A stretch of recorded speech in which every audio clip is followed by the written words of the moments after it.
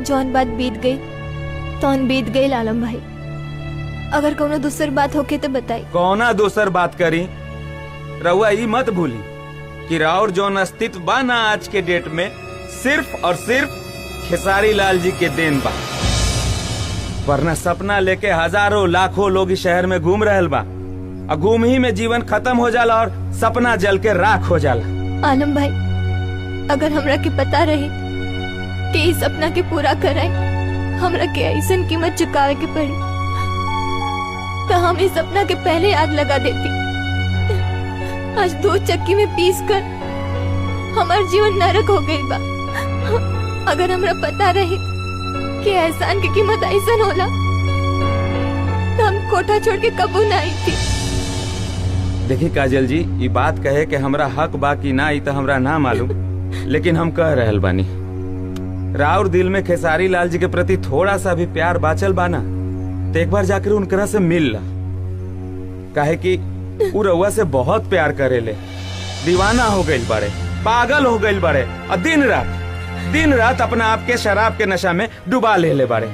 अगर ये हाल रही नु तो वो दिन दूर नहीं खे जब लाखों करोड़ों दिल पे राज करे वाला खेसारी लाल सुपरस्टार हमेशा खातिर गुमनामी के अंधेरा में गुम हो जाई हैं। हाँ,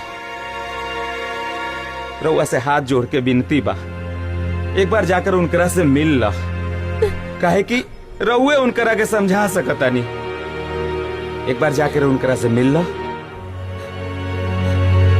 आलम भाई, हमरा के माफ कर दो।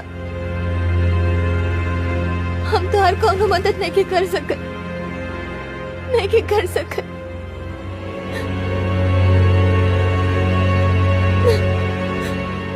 ठीक बा काजल जी, हम जा रहल बानी।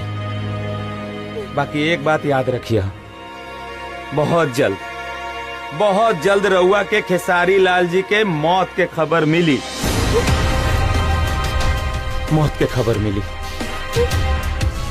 इतिहास के पन्ना में जब उनकर बर्बादी के किस्सा लिखल जाए ना तो इतिहास के पन्ना पे सबसे पहला नाम राउर होखी। हाँ, राउर होखी।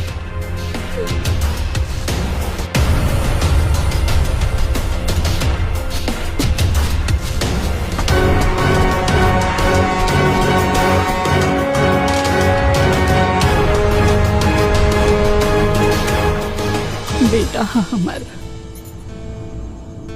ओकर दुख हमसे नहीं के देखल जा, यही से हम तो के भेजले रही जी। ओकरा किस्मत में खुशी नहीं। हम लाख कोशिश कर ले तब वो कुछ ना हो पाई, तब वो कुछ ना हो सकत।